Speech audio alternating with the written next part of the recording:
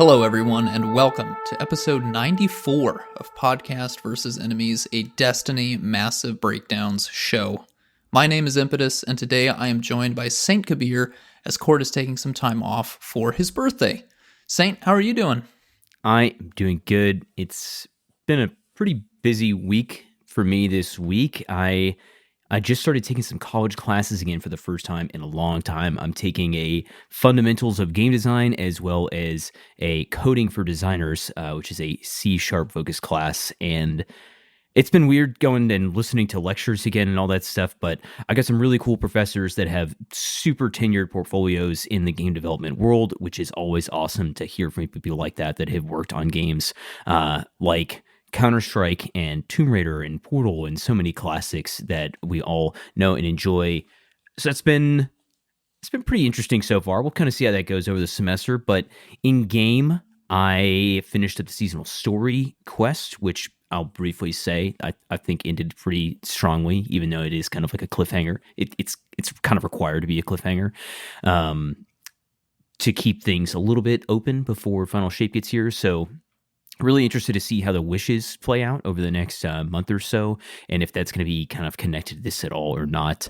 And kept farming out Rose rolls in comp. I'm up to platinum, so I can focus like I think 4 or 5 a week now, which, man, that really feels like a good loot system. Okay, you've been engaging in comp a lot, you've been playing this playlist. Okay, now you can go get 3 to 5 rolls of the weapon of your choice.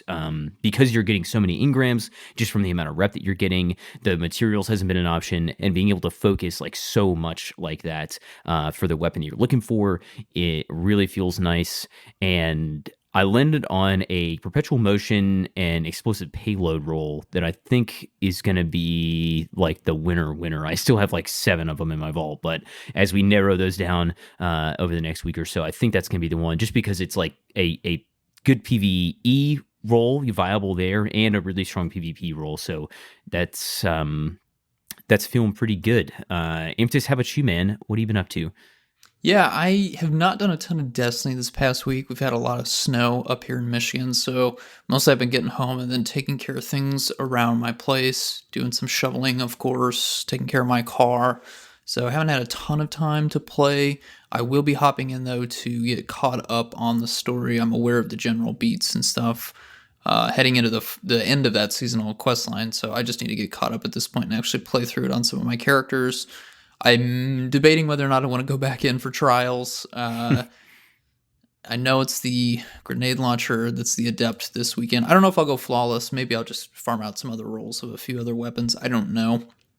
Still debating on that, but yeah, I definitely need to do the seasonal quest. It's also currently, as we're recording, tied at halftime between the Detroit Lions and the Buccaneers. So I will be checking those scores from time to time. So if I get really sad halfway through this episode, you can imagine that the Lions have not fared well. But if I get really happy, then that's probably because we're going to be talking about some pretty cool guns. But it could also be because the Detroit Lions are winning. So that's kind of where I'm at right now. As we said earlier, Court's off celebrating his birthday. Again, please do give him a shout out on any of his socials, of course. Feel free to shoot him a message, but he is away. He'll be back for our next episode, fear not. But for now, I'm going to turn you back to Saint for some community feedback and reviews. We have almost hit 400 reviews on Spotify and still maintaining a 4.9 stars. So wanted to say thanks for that. That it really feels great. I love to see all that engagement. We really appreciate everybody that just takes time to leave a rating for the show. It really helps us when people are looking for shows related to Destiny and gaming and all that kind of stuff. It does a lot of good for PvE. Same thing for Apple Podcasts, Google Podcasts, any kind of review. We really appreciate all the feedback, and it helps promote the show for free. So wins all around. Also, wanted to give a shout out this week. I was testing out some builds in Clash, just kind of running around, and ran into a fan of the show by the name Chroma Architect, I believe it was. So Chroma, thanks for shooting me a message. If you run into any of us out in the wild, coil runs, we're in the tower, just farming out some engrams from shacks, cashing in our weapon rolls, whatever it may be. Don't be afraid to shoot us a message. We always appreciate seeing people out in the wild in the game like that. Also want to give a big shout out to a new patron, Jober7. Jober, I know I've seen you around plenty in the Massive Breakdowns Discord server over the past couple of years, so thank you very much for joining the ranks of the patrons. And as always, we want to give a shout out to our sponsors who majorly support the show and Massive Breakdowns every month. A Modern Viking, Ascane Monk, Bryce Roney, Deacon, I'm K Rose, Moonlight, and This Moment. Thank you to everybody out there that is tuning in to listen to PvE, support the show week after week, downloading, discussing the show, running into us in-game, and supporting us via Patreon. Speaking of, if you would like to support us via Patreon, you can visit DestinyMassiveBreakdowns.com and click on the link to Patreon. You'll get access to members-only chat in the Discord, some behind-the-scenes episode info, and input on the show, plus access to our annual merch drop, which you don't want to miss. All right, Impetus, what are we talking about in episode 94? We're doing another weapon breakdown, but it won't be quite as large of a weapon breakdown this time. We're just covering the Season 23 World Loot. That's actually just 4 guns. They're really good guns. There's going to be a lot to talk about. We've got some pretty positive things to say this time around here, but yeah, just those 4. Do want to get into a bit of housekeeping and some podcast updates. We had a few different people reach out in regards to sniper magazine sizes, actually giving us the stats for that. Because again, last episode, we did cover the Uzume refreshed weapon. We're kind of getting some confusion about what the base magazine size is for an adaptive sniper rifle and how that number is affected by the various mag options, backup mag, adept mag, and then also in the context of Uzume rolling 4 times the charm. Can we get to that magic number 7 so that you can proc 4 times the charm twice? Well, we had some people reach out and actually give us the numbers here, so I'm going to cover that right now real quick here. So again, we've got 3 different archetypes when it comes to sniper rifles: the rapid fire, the adaptive, which is Uzume, and then the aggressive. At base, rapid fires have 6 in the mag, adaptives have 4, and aggressives have 3. For the purposes of what we were talking about last episode, the number we're trying to hit here is 7 in the context of 4 times the charm. Can we get 4 times to proc twice? So you can already tell right now, looking at base magazines, rapid fires are in a great spot. They're sitting at 6. We need to get up to 7.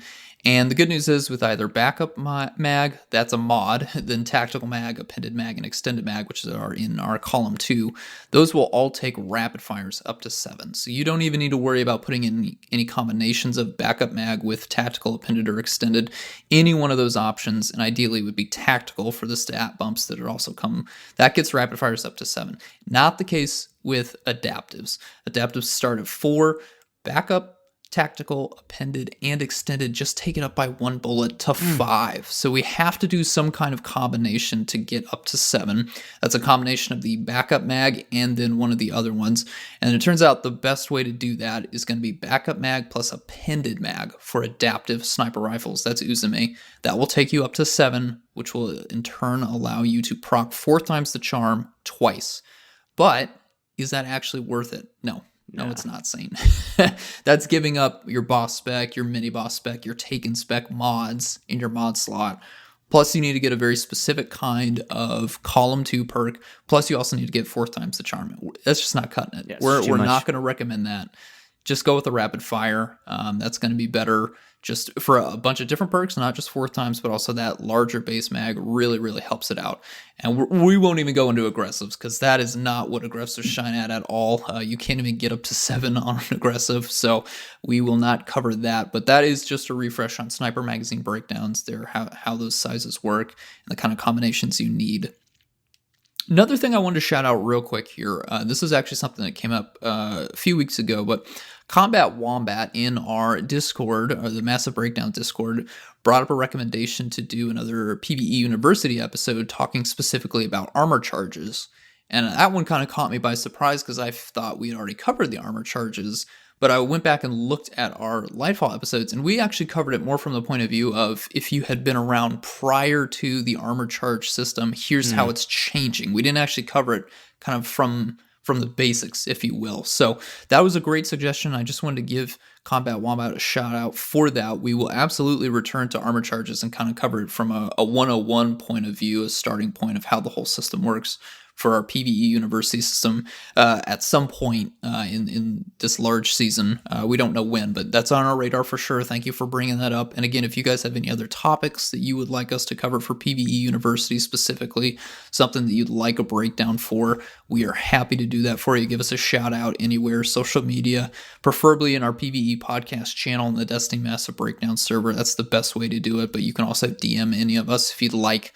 If you've got an idea, a suggestion, we are all ears for that. But that's enough housekeeping. We did get our first TWID of 2024 as well. It was a big one, Saint. I'll pass this over to you. What are some of the highlights? Because we've got some great things coming. Yeah, surprisingly juiced TWID here, considering it just came out, out of their hibernation. They wanted to come out strong, So Sure. I got 4 main points here, starting off with the fact that Riven's wishes have been moved up a little bit. Starting on January 30th, Riven's wishes will provide new weekly pursuits that players can complete to redeem for, quote, a prize of their choosing from a pool of rewards each week for 6 straight weeks. So a little earlier than we thought, and a little bit longer than I originally thought. I was thinking maybe 3 or 4 weeks or something like that. Impetus, what do you make of a prize? What do you think? What are we going to be picking from here? If you had to guess.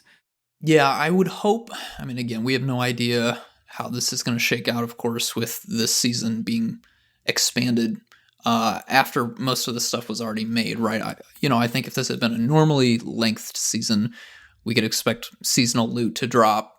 Seasonal weapons, maybe Vex offensive weapons dropping, coil weapons, specifically the refresh Dreaming City stuff coming back. But now with such a long season, I bet a lot of players have probably already unlocked a few of this stuff, or they haven't unlocked it and they don't really care because we've still got months and months of time to go unlock stuff. So my hope is that they're actually going to give us some surprises that maybe people would want a little bit more that they haven't had a chance to get, like our world loot weapons for this season that have been a little bit hard to get, and that we can't go do high level lost sectors to farm for.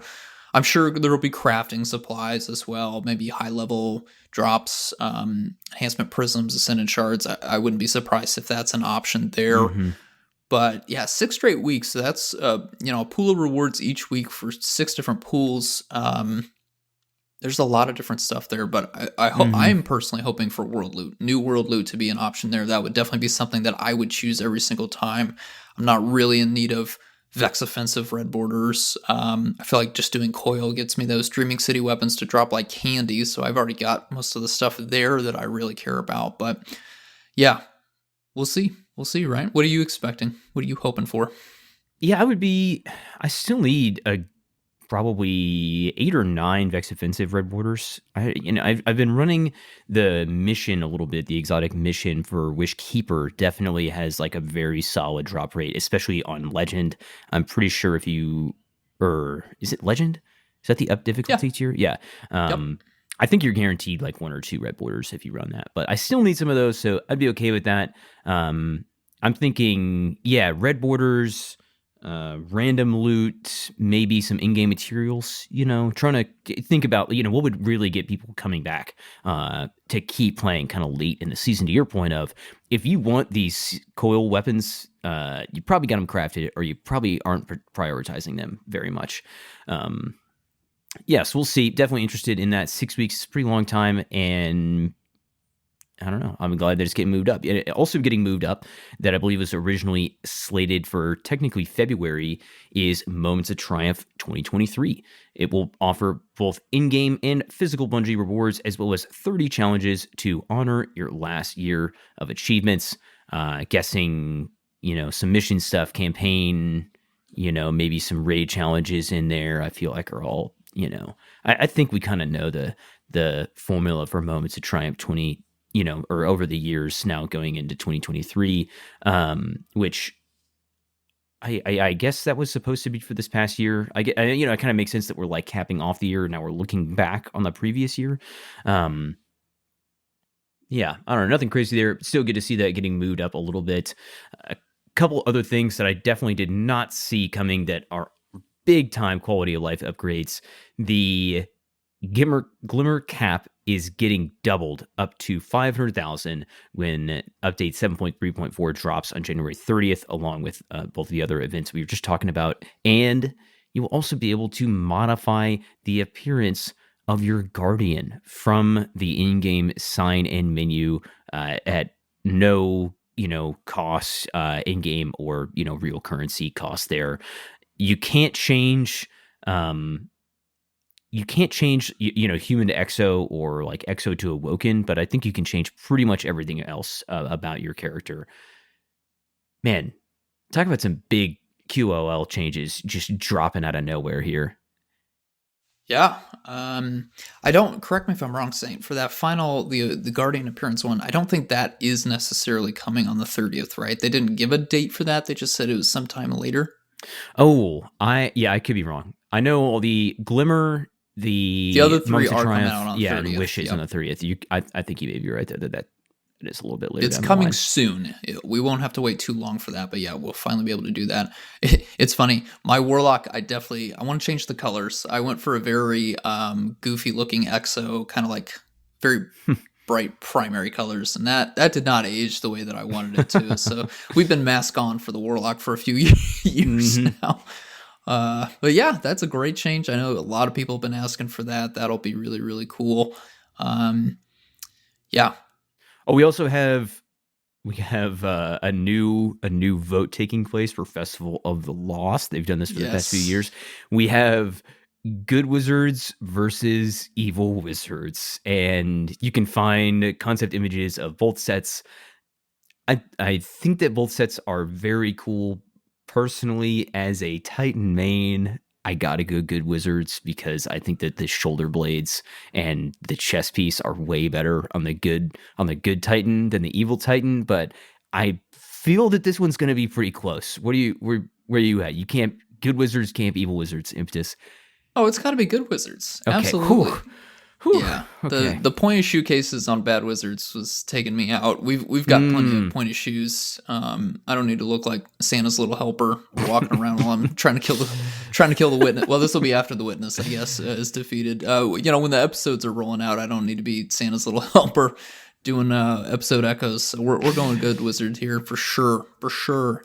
Well, that's good to hear. We got Team Good Wizards rolling strong here. We'll have to hear Court's opinion when he's back for episode 95. But vote Good Wizards. Good wizard. Let's do it. Okay. All right, weapon time. Weapon time. Season 23 World Loot. We got some juicers. A lot of adaptive frames, one aggressive frame across various weapon archetypes. But we're gonna start on a high note here. For the first time since I've been playing Destiny 2, we have a new Void auto rifle. Those of you that used to follow me on Twitter have probably known about my weapon wish list. It was always Void auto rifle was the number one request, and here it is, Season 23, the final season. They gave it to us at long last. The last new Void auto rifle that we had, and I will give you some time here to guess, but it's been a minute. It came out with Shadowkeep, the expansion. Need some help here. Yeah. It's been that long since we've had a new Void auto rifle, bear in mind. Garden of Salvation. Rapid fire frame. One of the better ones. One that we kind of thought would be maybe coming back craftable this season. Reckless Oracle was the last new Void auto rifle. Since Season 8, we have then had Gnawing Hunger get refreshed in Season of Arrivals. That was not a new one, but that was still the next one. Mm-hmm. After that, huge gap. Age-Old Bond got refreshed in Season of the Deep just 2 seasons ago. That was the next quote-unquote new Void auto rifle. That was our first one with an origin trait. Can you believe that? And now we have a brand new one. Ros Arago. This is a really exciting one here. Adaptive, firing at 600 rounds per minute. This is a Foundry one as well here. We've got our wild card origin trait. And that is... What's that Foundry? I just know them by the origin traits. I can't even remember that. Is Cassoid? Cassoid, yes. Yeah. Thank you. That is Telesto's Foundry. Also, what was the one? And it was not very good, but there was one that came out in the Strike playlist. What was that called? Oh, Positive Outlook. You're right. It hasn't been that long. Yeah, you're right. Was that also Season of the Deep? That was. Wow, that was so forgettable. Yeah, I think Can't it's believe it. the fact that That's a precision. we didn't even remember to write it down says a lot about how Did we we felt actually about break that positive weapon outlook. down? Maybe for the first time in Massive Breakdown podcast history, we have a new Void auto rifle to break down. Maybe that's what I'll spin it as instead of. But if we did cover positive outlook, I'm going to look like a fool. Except it's positive outlook, so It's fine. You know, Yeah. How foolish can I look? It's okay. It's fine. Anyways, back to the adaptives, which people will actually use here. We're going to be comparing Ros Arago's stats to Gnawing Hunger, of course, all the way back from when it was refreshed in Season 11, and then a more recent adaptive of Perpetualis, which came out in Season 20 here at the start of the Lightfall year. That's our Strand craftable adaptive frame auto rifle. Get ready, because, man, this is not going to be a fun one here. Ros Arago has a range of 42. That is the lowest. Gnawing Hunger at the top here with 48. Ros Arago has a stability of 37. That is actually in the middle. Gnawing Hunger is 43. Handling of 57. That is the lowest. Gnawing Hunger has 63. Reload of 56. Lowest. Perpetualis actually on top here by 2 at 58. Recoil direction of 47. Lowest as well. Gnawing Hunger has 54. 1 point of favor for Ros Arago goes to the aim assist stat at 68. That is a 1 point higher than Perpetualis, but is the highest of our 3 options here. So, yeah, stats ain't great, but it is a new adaptive Void auto rifle. Moving over to barrels and magazines here. We've got okay-ish handling, okay-ish reload speed. Stability and range are kind of the 2 stats that I would like to focus on, but again, it's an adaptive frame. That typically means you can pick any one stat, boost it to your heart's content here. For some of you, that may be the recoil direction, so arrowhead might be a priority. I know, Saint, you were just playing around with this gun before we got into doing the recording, and you said it was it kicking to the right is what you were noticing when you were firing it? Yeah, so your first maybe like 10 or 12 bullets will do a little upward curve to the left, and then it kind of starts coming back over into the middle and working its way up. So it's like those first 10 or 12 bullets like kick really hard up into the left, and then it kind of starts to even out a little bit the further you go in the chain.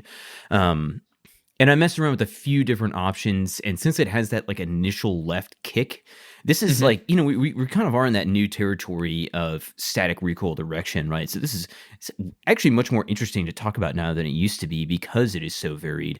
But yeah, depending on, you know, ammo traits and stuff like that, the longer you hold down that trigger, the more it just maybe kind of will settle into it's just slightly up into the left, you know, cadence there. So yeah, a little bit of kick sharp and up to the left, and then it goes back into the middle, and then slowly just works its way up into the left, pretty much, from what I can tell. So that may be an issue for you, again, depending on some of the perks that you get in columns 3 and 4. In that case, Arrowhead Break would probably be a strong play there. That'll take your handling up to 67, but more importantly, recoil direction goes up to 77 by 30 points there. That should make it a little bit more manageable. It'll still have a kick, but it won't be as severe of a kick. Otherwise, I think small bore would be a great play there. Again, touching your range and stability for a little bit there, bringing those closer to the handling and reload speed stats.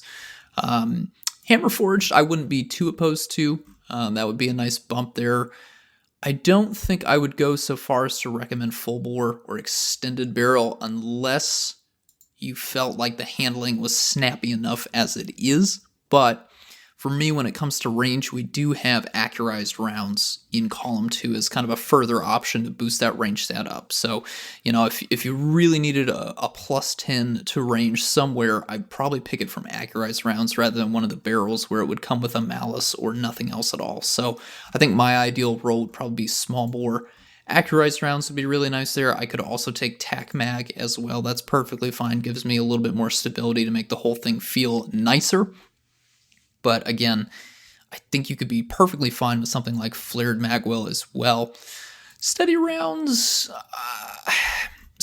maybe if I had something like Hammerforged rifling in column 1. I could see that as well. Again, making the gun feel more stable. That is something that we'll want to consider when we look at some of the perks in columns 3 and 4. But yeah, I don't know if I could do steady rounds without something that's already helping with my range in column 1. Column 3 and 4, though, this is where we get into some really exciting stuff. So column 3, we've got Repulsor Brace is what's really shining here, of course, Void Auto Rifle. Subsistence could potentially work depending on what we talk about in column 4.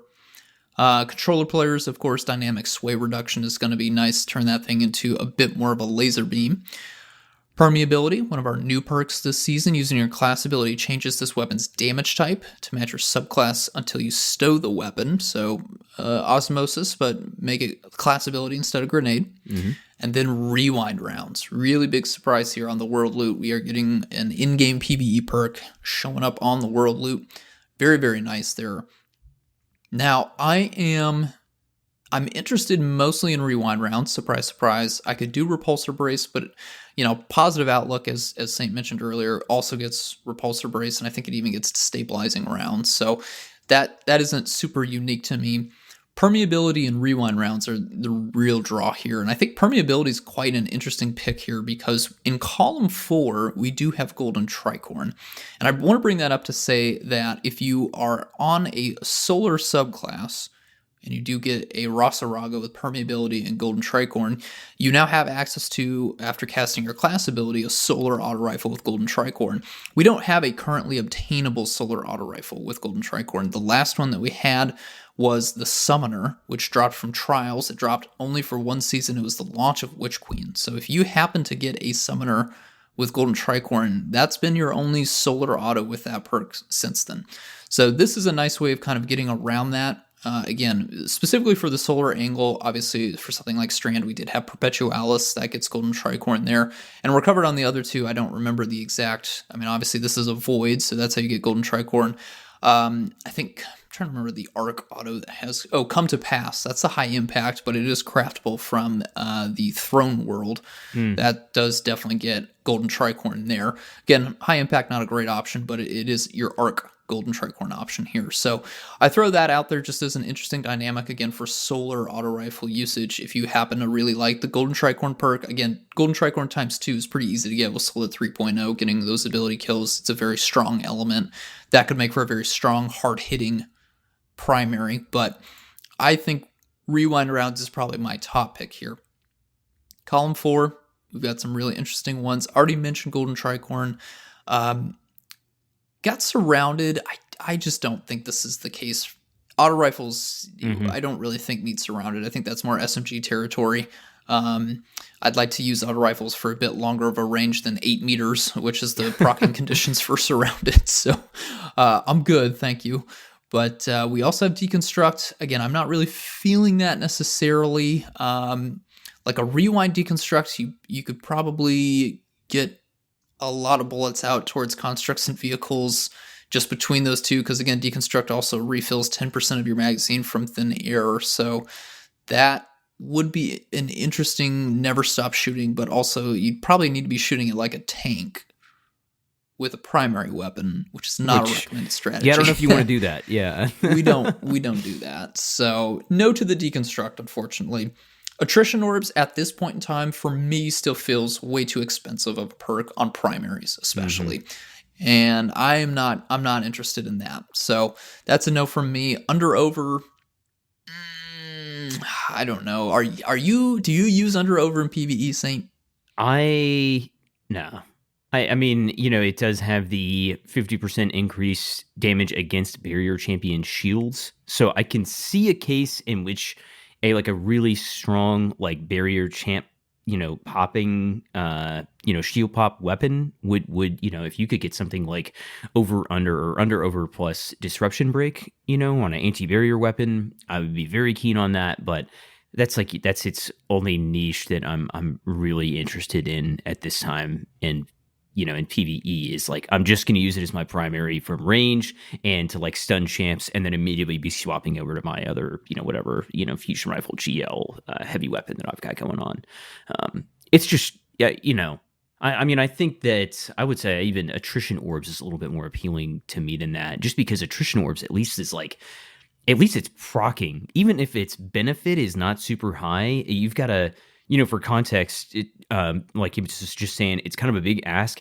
You need to hit 31 bullets to spawn an orb, and I believe that there's a little bit of a cooldown on that. So you need to hit 31 out of your, let's say, 44 bullets if you're using tac mag to get an orb to spawn. In which case, if you were just using a harmonic, siphon or regular siphon mod and another perk, you would probably just be getting it to spawn anyways. So, yeah, kind of a big ask on that one. Agreed with you there. Yeah. I'm sure attrition orbs will probably get touched at some point down the road, and it may become a bit more of an economical option then, but for right now, I don't really feel like it's relevant, especially in Calm 4 when we also have a perk like Onslaught. Final blows of this weapon increase its rate of fire, stacks 3 times. You get each stack for a total of 4.5 seconds. This to me is the main draw here. Rewind rounds Onslaught would be a phenomenal, just general primary killing weapon. I could also see a case for Rewind rounds Golden Tricorn if you wanted to be on Void and use this as a Void option. Another point against Under Over, actually, this being a Void weapon, if I wanted to hop over to the Void subclass and get destabilizing rounds, that's my anti-barrier option right there. Like, I don't even need the extra coverage from Under Over in that case, right, Saint? So that to me, I'm like, yeah, I'm good actually on Under Over for a Void weapon. I'll just tie into my subclass verbs. You feel me? Yeah, and I guess I have been when I have been using this, I've been using it with Drew Falcon's Hunter, and you would get the anti-barrier from that. So maybe, but you got to really be in a specific scenario versus compared to like Golden Tricorn and Onslaught. They're just going to put in work like almost everywhere, unless you really get into the most high end of things and you're struggling to down enemies with a legendary primary because you're in a Grandmaster Nightfall and you're trying to shoot an Acolyte that's like 70 meters away. Okay, maybe you have picked the wrong tool for that job, but that's nothing to do with this weapon right here. And I had said destabilizing rounds. I meant volatile rounds. I apologize. That was the wrong subclass for, but yeah, that's what you can use to pierce barrier shields. Under Over is still a little too niche for me on that, but Onslaught's going to be just a solid option here. Again, you could do permeability Onslaught. Then you've got other elements with the Onslaught perk. We don't have a lot of other auto rifles with Onslaught at this time. It's just Breakneck and Ros Arago at this point.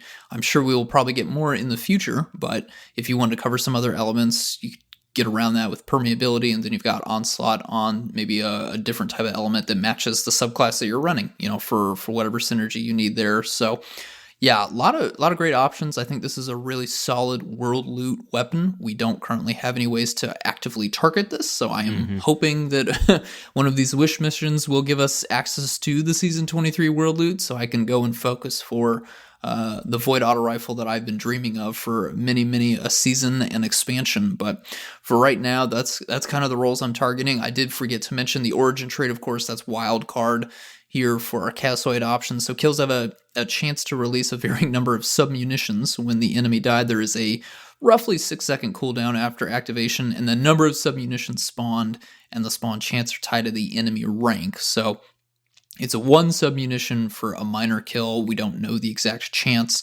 For elites, you're dropping 3. Mini bosses, you're dropping, we're not sure again of the exact number. And then bosses, you're dropping 7 submunitions. And there's about a 100% chance of that happening. As for the damage the submunitions deal, that is actually tied to the weapon's combatant damage scaling. So I can't give you the exact numbers on those either for a few of the weapons we're going to be talking about because it varies a little bit. But obviously for primary weapons, they're not going to be dealing a ton of damage. But for some of the weapons we'll be talking about a little bit later on, they're going to be doing quite a good amount of damage. But yeah, so you'll mostly be using this to get 1 submunition at a chance for killing miners. That's what primary weapons excel at. And that will be a very nice kind of thing to happen in the background. Again, if you've got a crowd of enemies and you kill the one kind of closest to you at the front there, submunition might spawn, it'll drop, it'll immediately come into contact with the enemies around it, it'll explode, you get some extra damage, keep putting bullets down, fire. It's just a little nice present kind of in the background, a little helper that's coming. But yeah, good origin trait though, very fun origin trait, I would say, makes the shooting experience more enjoyable.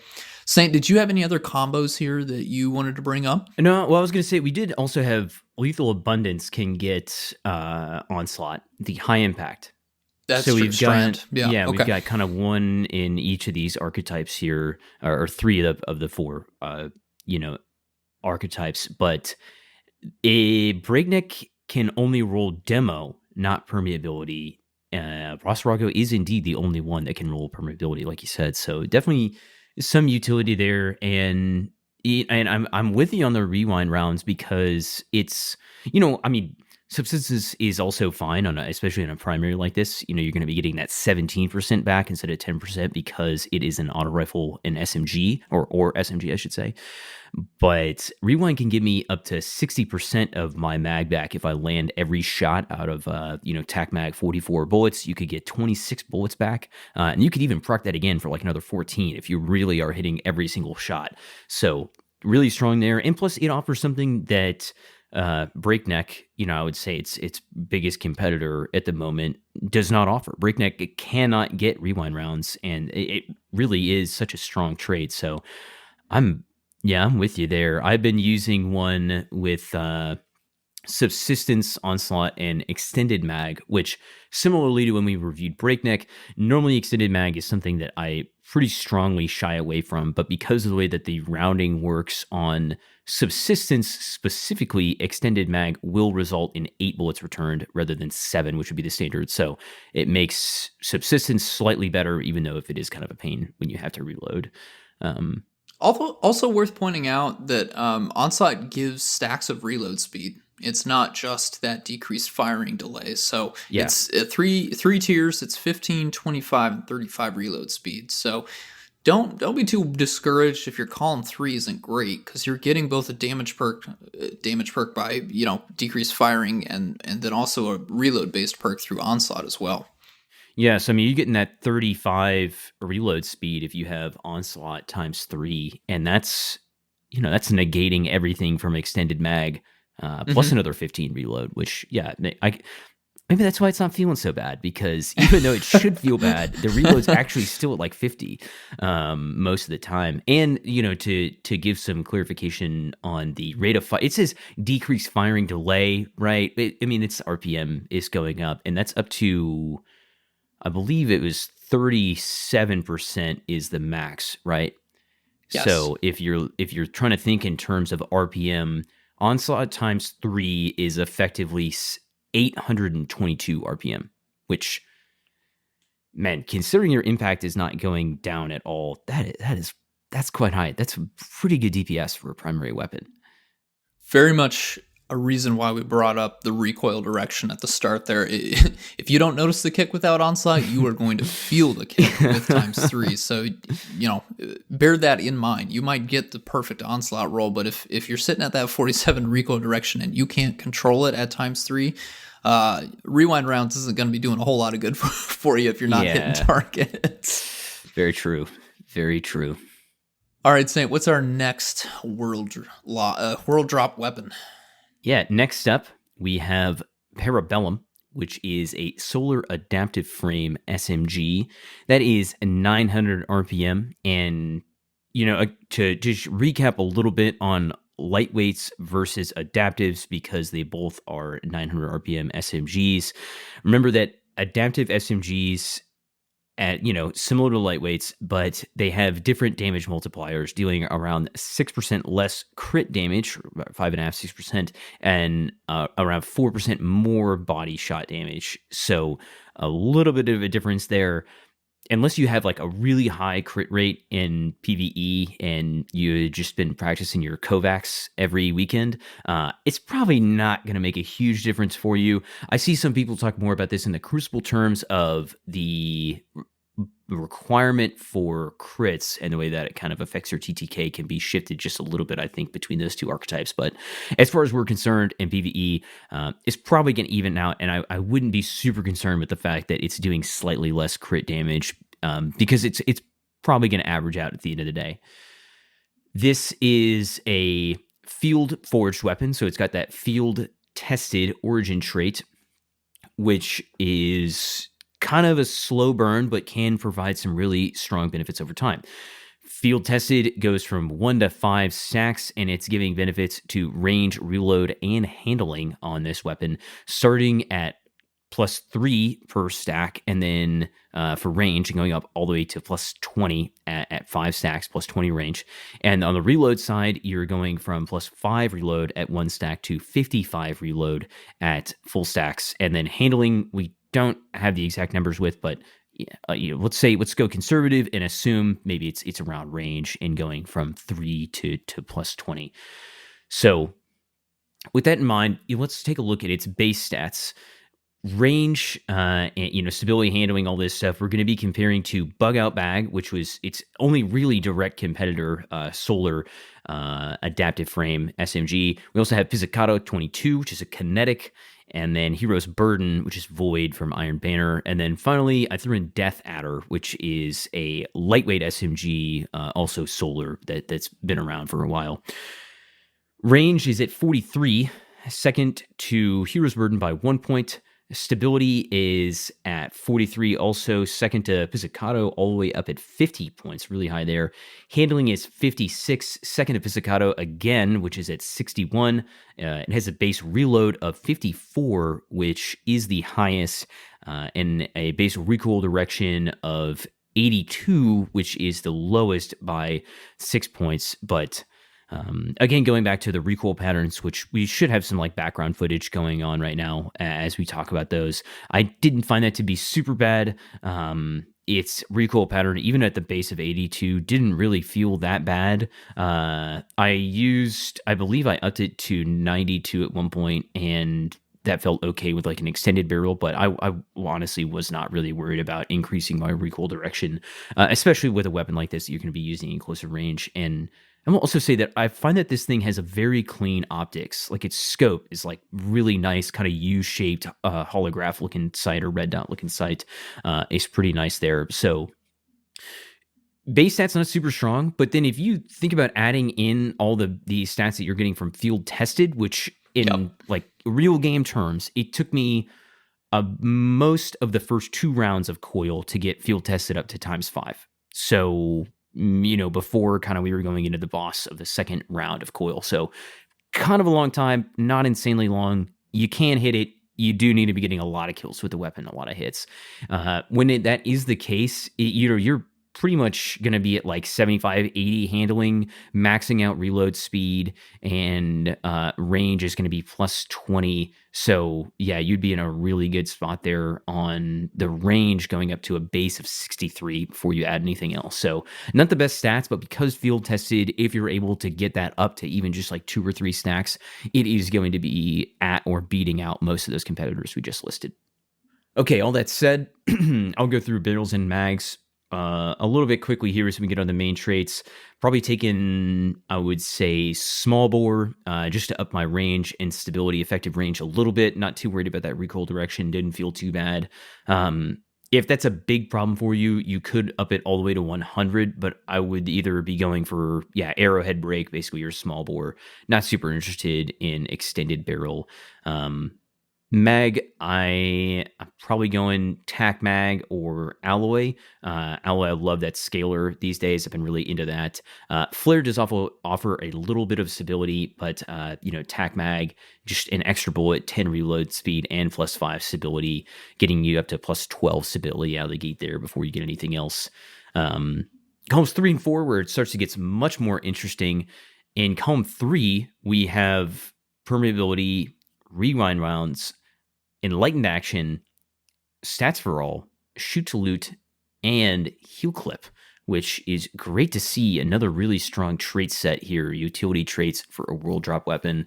And then in our final column, we have got attrition orbs, deconstruct, frenzy, adagio, under over, and dynamic sway reduction. So honestly, quite a few traits shared between this and the Ros Arago that we were just looking at, but I definitely think there's another way I want to go with this.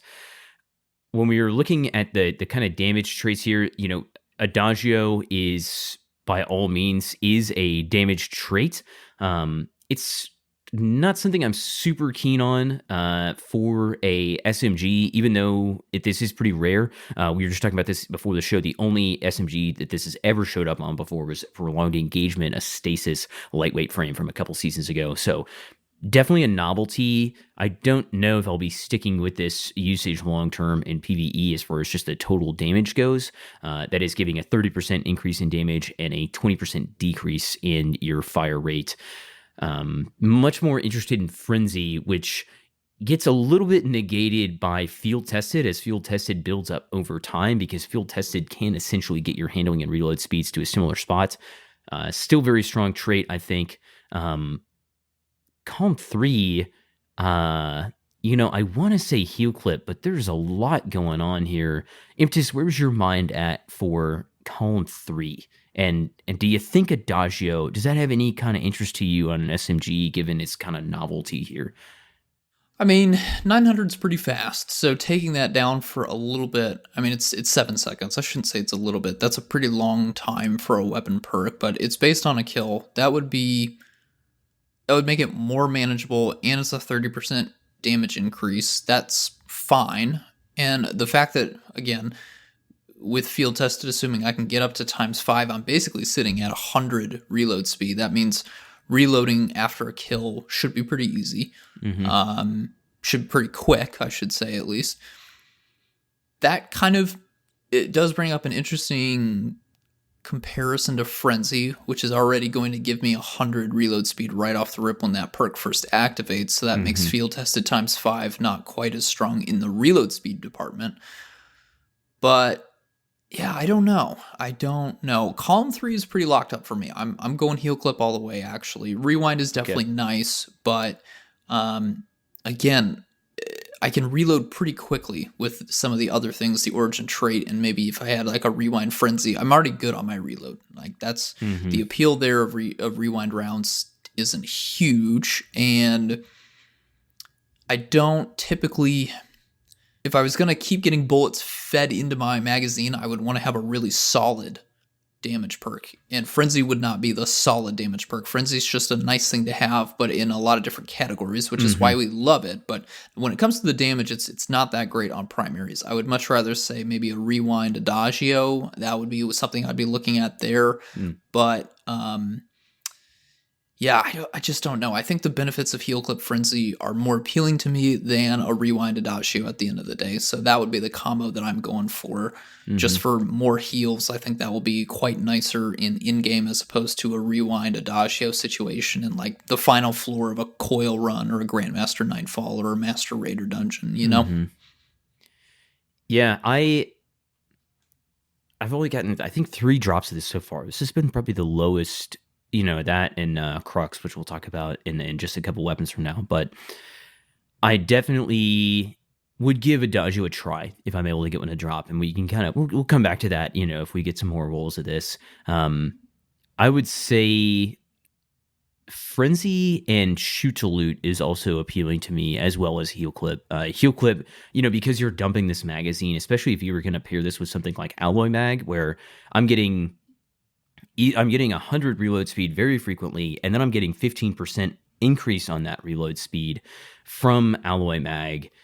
On top of all that, your reload is going to be like so fast, I feel like, at that point. And that just means Heel Clip is providing me a ton of benefit, because the more I'm reloading, the better Heel Clip is. And to either I have Frenzy up or I have a few stacks of field tested up, my reload speed's probably going to be, north of 60, 70, all the way up to 100 points if I'm getting either of those, activated, maxed out, so to say. But the best version I've been able to land so far is Rewind and Attrition Orbs. And yeah, Attrition Orbs is okay. If you're using this in combination with a Siphon mod, I was feeling like I was generating a lot of orbs, and I think that Rewind helps make sure that you're proccing that about once a mag, pretty much. Still would take Frenzy, or maybe even Adagio over after that. Just kind of give that a try. But it was interesting to run Rewind rounds and Adagio and just see the orbs in the feed just popping off. I'm sure Court would be proud. Triple digits, big time with the orb generation. Oh, let's go! Yeah, those are Court numbers right there. Overall, really solid gun. Again, though, just back-to-back weapons here. World loot with Rewind rounds, Heel Clip, newer, in-game traits. Would I think that I just would, if we had seen something like Heel Clip and Incandescent along with Field Tested, I think that that would have just absolutely blown my mind and shot up to number one, must absolutely have this thing. Even still, really strong weapon. Wish I could get more of them to drop. Hope I can get an Adagio one to try out. I don't know. Yeah, I just need more Parabellums. That's really where I'm at. Yeah, I can certainly understand that. Those are our two primaries. We don't have any special weapons that dropped as world loot. So now we're going to move over to our two heavy weapons. Saint, you want to take our next one as well? Yeah, I'll hit through the stats here on Marcato 45. This is a Strand adaptive machine gun, 450 RPM. Again, adaptive, just going to have well-rounded stats on it. It's got its Suros origin trait. Reloading this weapon grants bonus handling and reduces incoming flinch for a short time. So for 6 seconds after you reload, that's going to be 40 handling and 20% flinch resistance, which on a weapon that you're spraying a lot of bullets from, 20% flinch resistance is okay. It's not a huge benefit. It's not field tested or the nano munitions from Castaway, but it's fine. We're going to be comparing this weapon with Circular Logic, which is its most direct competitor, being also Strand, as well as Song of Ute, Crota's in machine gun. Range is 45, which is in the middle. Song up at 49. Stability is 44, which is actually the highest by 2. Handling is 57, which is the lowest, with Song up at 59. Reload speed of 43, which is also the lowest, with Song up at 50. And all three of these machine guns have 80 recoil direction. Recoil directions seem to be not super vertical, very kind of would just bounce back and forth horizontally, which we'll kind of throw some footage in the background here. Didn't think it was too bad. I would maybe take something like extended barrel on this to up that a little bit, or arrowhead break, but it didn't seem too bad. It just bounces back and forth a little bit. Not a ton of vertical recoil on this thing. A couple of other notable stats.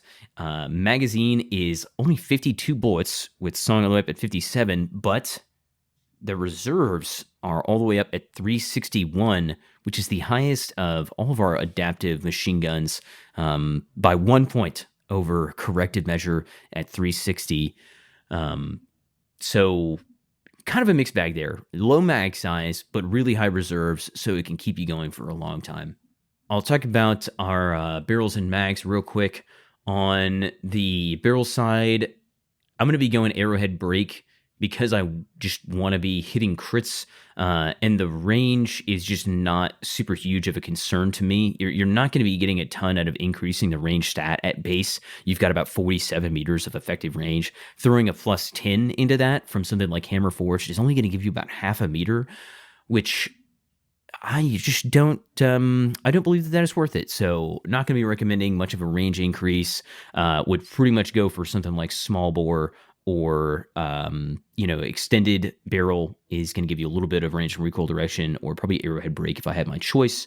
And then on the magazine side, I'm going to be looking for something to pump up my mag a little bit, ideally a tac mag, but appended would be okay. And then same for alloy, right? If I'm going to be dumping my magazine a lot, alloy will come in for those faster reloads with that 15% scalar. Getting into our main trait columns here, column 3, maybe not quite as strong as our past couple of weapons, but still some really strong contenders here. Threat detector, demo, slice, attrition orbs in the third column now, and then triple tap. And in our final column, we have onslaught, first time back in a machine gun in a really long time, hatchling, surrounded, adagio, under over, and golden tricorn. I was thinking onslaught's first time back in a machine gun in a long time, but I think what I was actually thinking of was killing tally. Yeah. Have we ever had onslaught on a machine gun? Nope. Yeah, okay. So my mistake. I was thinking about killing tally originally. Yeah, onslaught's first time on a machine gun here. Impetus I mean, is that it? Do you have any interest in kind of some of our other fourth column traits here, like Golden Tricorn, Adagio, Hatchling, or it's just got to be Onslaught all the way? I'm feeling like it's got to be Onslaught. I mean, it's Onslaught's a spray and pray perk. You've got a weapon with the capacity for bullets to truly spray and pray. It's an adaptive frame machine gun, so that's very easy to control. You don't have to worry about if Onslaught had been on a high impact machine gun. Those typically have really low stability, so getting up to those higher tiers might have made it a bit difficult to control. We don't really have to worry about that too much. You've also got the Suro Synergy perk, so that's going to come in with a little bit of flinch resistance once you get up to Onslaught times 3. I think that's the way to go. I've got 2 rolls of this. I've got a demo Onslaught, and then I also had Slice Hatchling, which I was holding on for just for the strand synergy there. But the demo Onslaught roll is the one that I'm definitely using, and that's quite strong. I do find it hilarious that we got such high reserves on this machine gun, and we don't have any perks that like really draw from reserves in a great way. Like there's nothing. I mean, you've got demo, I guess, but triple tap, you're just printing bullets out of thin air. You don't really need a high reserve stat for that perk to really do its thing too much. That's great, but it's not helping my mag. It's no rewind rounds. It's no reconstruction where they're pulling bullets from your reserves, so you can't really take advantage of such a high stat. But you do you. All right, you do you. I would personally, I think triple tap demo Onslaught would be that roll right there is going to be pretty sweet. It definitely kicks when you get to Onslaught times 3. Yeah. If you're going triple tap, probably aim for some beefy targets, some of your larger ones, like ogres with that big old bubble on top of their head. That's pretty easy target to aim for.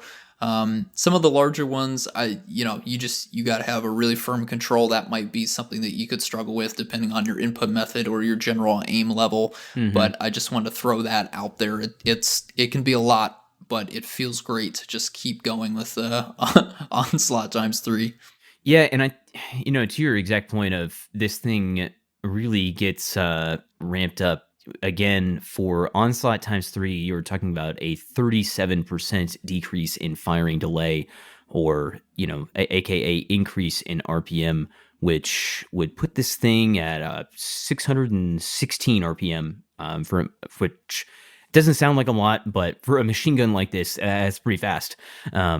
And I think that for that exact reason, I'm pretty interested in Threat Detector, because it's working from 15 meters and out, which, is a little bit closer to a machine gun, but generally you're probably going to have a couple within that range.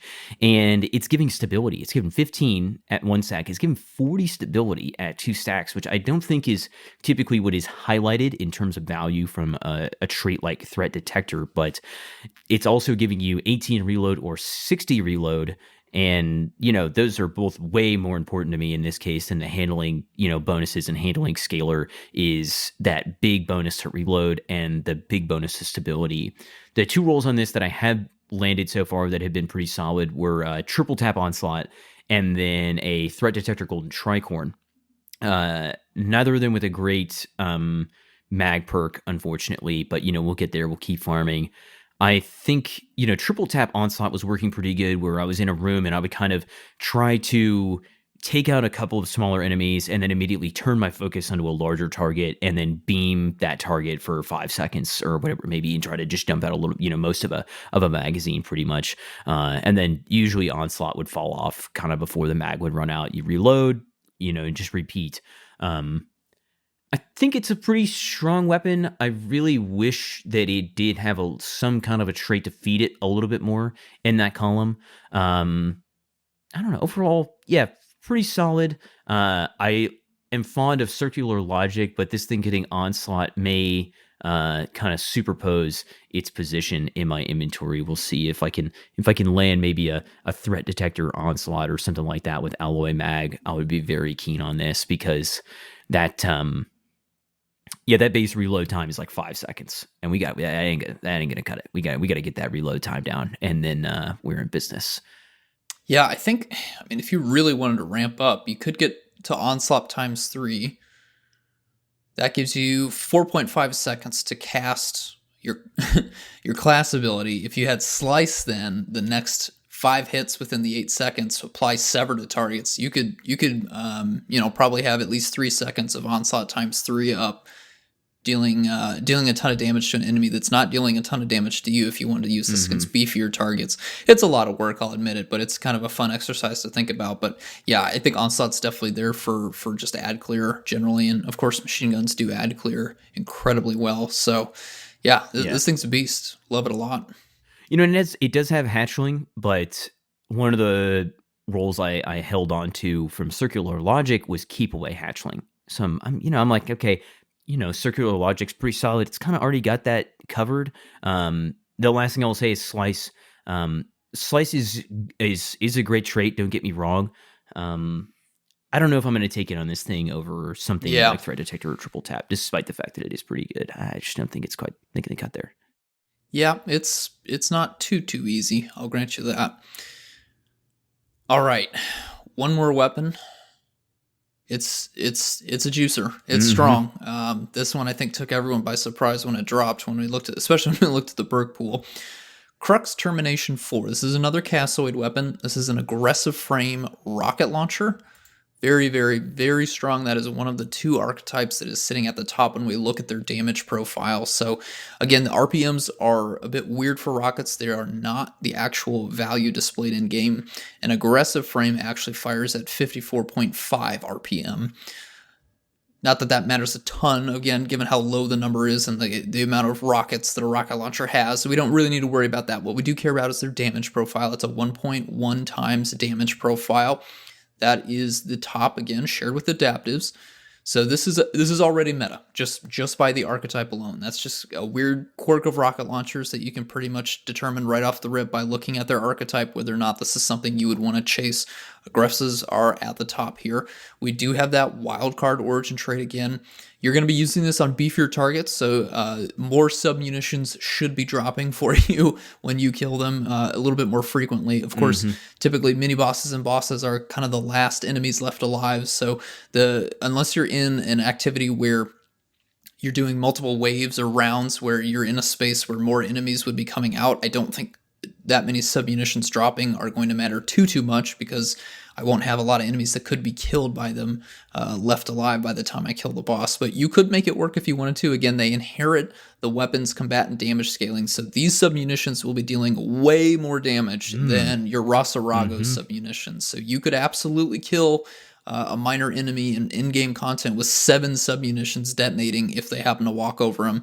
You just need to make sure that there's a minor enemy left alive when you kill a boss in the in-game. But again, it could happen. I'm not gonna knock it, but let's get into our stats here. Again, the way that aggressives typically work, very small blast radius, very high velocity, and then lower stats, but then you get a pretty good reload speed stat on top of that. So we're going to take a look here comparing this to 2 other aggressive frames. These are actually both stasis aggressive frame rocket launchers. We're looking at Cold Comfort from Ghosts of the Deep, and then Bump in the Night all the way back from Season 17. That was Season of the Haunted, and that one is craftable. So we'll compare it with a random drop and then a craftable here. We are going to start at the stability stat, actually, here. A stability stat of 23 for Crux Termination. That is tied for the lowest with Cold Comfort all the way up at 28. Handling of 17. Again, that's the lowest. Cold Comfort has 23. Reload speed of 57. Still the lowest. Cold Comfort has 62. Recoil direction of 80. Again, not that that matters a ton. That is the highest by 6 over Bump in the Night, if you're interested. Blast radius of 20, that's the standard here for these 3, so they all share that value. And then a velocity of 72, that is actually the highest by 3 over the other 2 stasis aggressive frame rocket launchers. So it is very good at the stat that its archetype does very good at already, which is velocity. Again, we do need to talk about reserves. The inventory stat when it comes to rocket launchers, it's different for a lot of them, and that can be a determining factor. Right off the rip here, it's important to note, Crux Termination does not have field prep, so that takes a lot of our comparisons out the window here. Again, Bump in the Night does have that. We're not going to factor Bump in the Night in anymore, but again, a craftable rocket launcher that's aggressive with enhanced field prep, that's Bump in the Night. That's why Court uses that a lot in his comparisons. We're just looking at a world drop without field prep. It has an inventory stat of 45. That is the same as Cold Comfort. which means at base it gets 7 in the inventory. When we start piling on reserve mods, that number will go up by 1 each time. So with 1 reserve mod, that moves to 8 in inventory. 2 reserves, it's 9. 3 reserves, it's 10. That is the same between Cold Comfort and Crux Termination. So the only difference there is really that they have different elements, actually. Because when we look at the perks, it's actually pretty much a very similar perk pool here, of course. Cold Comfort does get Bait and Switch, which is a big difference here, but a lot of the other perks, they are shared, which is very surprising. So I'll move into perks columns 1 and 2 here first. We'll get those out of the way. Those are pretty straightforward. Quick Launch in column 1, Impact Casing in column 2. That's your god roll right there. Again, you could do something like Smart Drift Control. That's just all pluses to stats here. That could be very nice as well in column 1.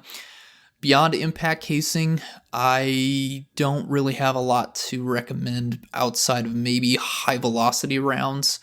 Implosion rounds comes with a malice to your blast radius, which is at 20. That's a malice of 10. Don't do that at all. That would have it. Alloy casing, again, hurts stability. Shouldn't be too big of a deal, but I don't think you really need it, especially when the reload speed can be fixed by some of the perks in column 3. That's not a big deal. Black powder adds to your blast radius by a tiny bit, but also really hurts your stability. Not really feeling that one as well. So for me, it's high velocity and impact casing are the column 2 options. Column 3, listen to this lineup. Let's just start off with the best one. Eddy Current right here at the top. That's how you know this is a god roll. We mean business right here, baby. Temporarily increases that reload speed after sprinting, and the effect is improved if you are amplified. Arc 3.0 is meta with Crux Termination. You heard it here first, folks. After that, we've got some okay options. Just Clown Cartridge in column 3, just Permeability, just Slide Shot, just Envious Assassin, Reconstruction. But I'm really focused on Eddy Current. I think that'll definitely be the best option in column 3. No, I'm kidding. Envious Assassin, Reconstruction, Clown Cartridge, Slide Shot for the brave of heart, if you want to go crazy. That is unbelievable. Really, really. I mean, that's endgame right there. Clown Cartridge, I've gotten a roll to drop with it. That's a guaranteed 2 in the mag with every reload. That's a manual reload to do that, FYI. Envious Assassin, of course, that should take you up to 3 in the mag at max. Reconstruction is going to get you up to 2, but it slowly reloads itself over time. That doesn't require a manual reload. So, and Envious, of course, you need to get kills with other weapons to get that overflow ability. So I think Envious is going to be the top option. Again, got to slay out with other weapons, but that's kind of normally how things go. Put in some kills with your primary and your special. You're going to be sitting just fine with 3 in the mag, Envious Assassin. Reconstruction's a very, very close second for me, as is Clown Cartridge. I think those are both wonderful follow-ups. Really, really fine there.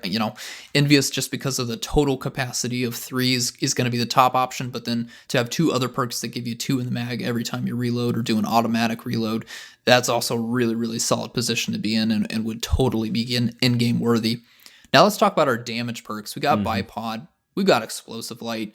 You've got Surrounded. Again, you want to be a real crazy gamer. That's an option there. That's about it. The next 3 perks are Demolitionist, Tracking Module, and Quick Draw. I don't think any of those should factor into a serious discussion here for PvE. But really, I think it's going to come down to Explosive Light and Bipod.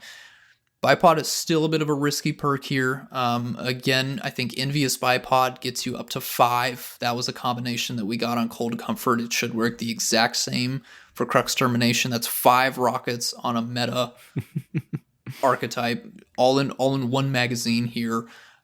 Pretty crazy. I mean, you are hurting your stats, right? I don't want to diminish that. Bipod is taking your blast radius to 0. It's hurting your reload speed, but again, Envious is ignoring your reload speed stat altogether, so that's okay. It's really just the malice to your blast radius, but it's 5 rockets, so you're gonna need direct hits, right? That's really what matters a lot there. Again, if you happen to roll impact casing with that, then you're getting extra damage for the direct hits there, so that can sort of counteract the malice of Bipod.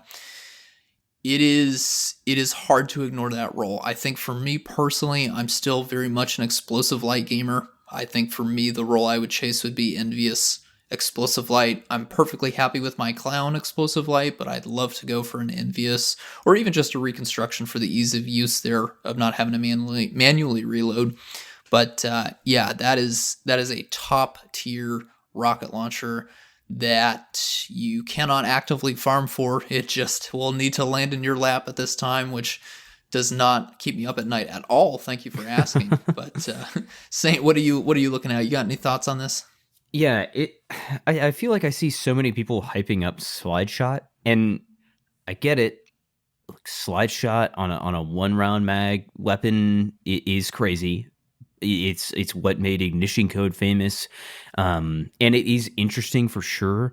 But there are so many situations in which I don't think that that's going to be the option, and it also is not super necessary usually to dump your entire reserves in that short amount of time. There are a few situations in which you don't need to be in a specific spot for a damage phase against a boss, and those damage phases are very short. But then there are some damage phases where I feel like I would be better off just using a rocket launcher with like auto-loading holster, because I want to be doing a damage rotation if it's really long for somewhere like let's think back to like Val the Disciple and Rolk. Nobody's really standing in the same spot all at once at the same time, because that just doesn't kind of make sense for how the boss moves.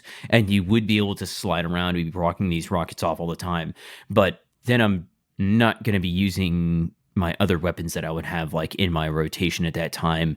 I remember for a long time, Izanagi rocket swap was such a play because you could shoot your Izanagi shot, reload the edge, swap to the rocket, shoot your rocket launcher off, swap back to the sniper rifle. It would auto load your rocket by the time you get your sniper shot off. These days, I feel like that's more fusion rifles. You're going for a lot of fusion rifle damage.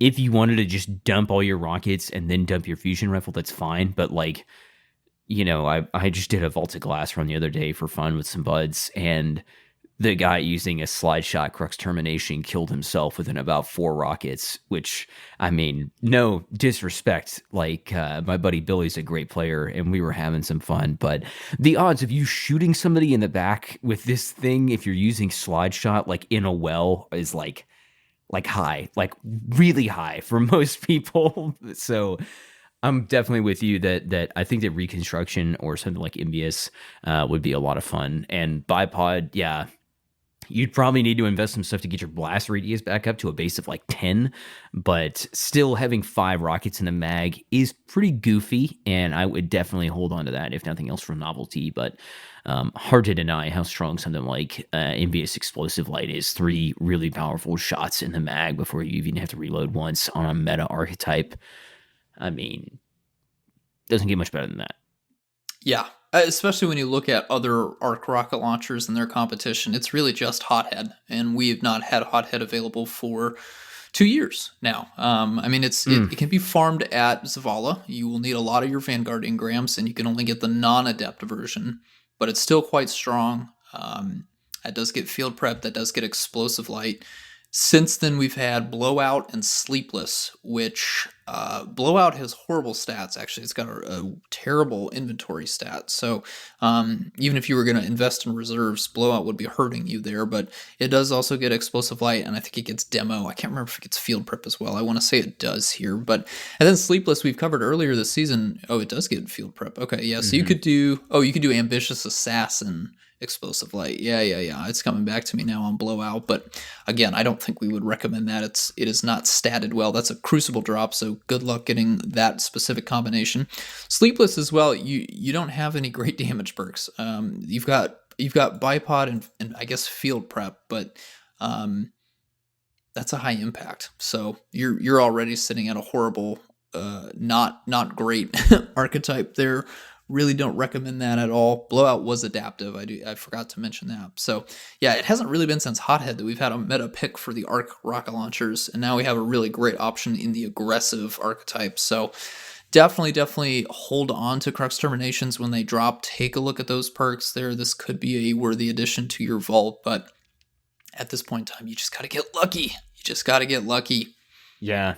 Something we were talking about just a little bit before this, when we were kind of looking through Court's infographic here on rocket launchers, which is always a great reference for stuff like this. But, the chance that they may continue to diverge the rocket launcher archetypes from each other just a little bit more over time, given that they could use a little bit more differentiation. I think the original sweep of changes was incredibly good, but I think that we could go one step further and have the damage profiles changed even just a little bit more. Honestly, between I believe it's adaptives and aggressives are both at that 1.1, right? That's correct. Yeah. So I don't know. Maybe we'll see some update to that in a mid-season patch. Maybe we'll see an eddy current buff in a mid-season patch. I'm always holding out hope that eddy current's going to be back at the menu, or I don't know, maybe a slight decrease in the bullet hit chance for attrition orbs or some of that other stuff. But yeah, we are coming up on that mid-season point, or what would be the mid-season point, I should say. And a lot of those good changes we talked about in the most recent TWID that will be coming in just about a week from this Tuesday. So about a week from the time this episode comes out, we'll be seeing all that stuff at the game, and hopefully it won't be too long until we actually see a sandbox balancing mid-season patch, or what traditionally people would think of as the mid-season patch. Absolutely. All right. 4 great weapons, Saint. I mean, they really went all out on the world loot. We've got stuff to. I mean, I can't say we can chase these weapons, because we can't. It's more just for stuff to hope and pray for that lands in our vault. But at least it's not something that we can craft the first week of the season and then forget about. Yeah, and I tell you, it's got me way more keen on Prime Engrams once again these days, because I'm getting world loot drops from my Prime Engrams, and dare I say that I am more interested in what I'm getting from a Prime Engram than an exotic, because there's a chance that it could be that perfect Crux Termination IV, that perfect Ros Arago, We do know in the future, again, this isn't a huge help now, but in the future, these will get added to Gunsmith Engram loot rotations, also get added to high-level Lost Sector farming before that point. So you will be able to go farm for these and get an extra perk in either column 3 or 4 if you complete a Master Lost Sector when this is dropping. So that will definitely sweeten the deal, I think, for a few of us out there, but we will need to wait for that to happen. We have no idea when that's coming. It's just that's how the system now works. So yeah, is it a 1 season delay, or is it 2 seasons between it hits the world loot pool and then you can go farm it? I want to say it's the next season, which that's not great in this case, unfortunately, no, because the next season is in June. But typically, I feel like that wouldn't be so bad, Yeah, I'll have to go back and check on that system, because it is new this season, so I'm not quite sure on the details. But yes, we will get new ways to get this, of course, and potentially that's coming with the wishes, but it'll for sure be happening at some point in the future with the Lost Sectors, and then at some point beyond that, the Gunsmith Engrams. So you'll get your hands on it eventually. Whether or not you will care by that point, I cannot say, but the chances are coming. All right, I think that wraps it up for episode 94. Thank you for listening to this much shorter episode. Again, only 4 banger weapons to talk about, but at least they're bangers, right, Saint? I also want to give a huge shout out and thank you to our audio engineer, Autodidaktos, for his work behind the scenes, making sure that we sound great each and every episode. And speaking of next episode, our plan is to cover the new GM Nightfall that dropped this season, the PsyOps Battleground Cosmodrome, I think is the full name of that, if I'm recalling correctly. Of course, we'll be covering any additional news that we do get from Bungie. Until then, my name is Impetus. You can find me by that name in Discord and in Destiny. Feel free to reach out if you've got any questions or just want to say hi. I'm all ears. Saint, where can we find you? Yep, my name is Saint Kabir. You can find me by that name on social media, in-game, or in the Massive Breakdowns Discord. Court, I hope that you're listening to this one from a hot tub. You can find his information also on his social media, and links to all sorts of useful Destiny resources on the Destiny Science spreadsheet link tree, which will be linked in the show notes description. Until next time, thanks for listening to another episode of PvE.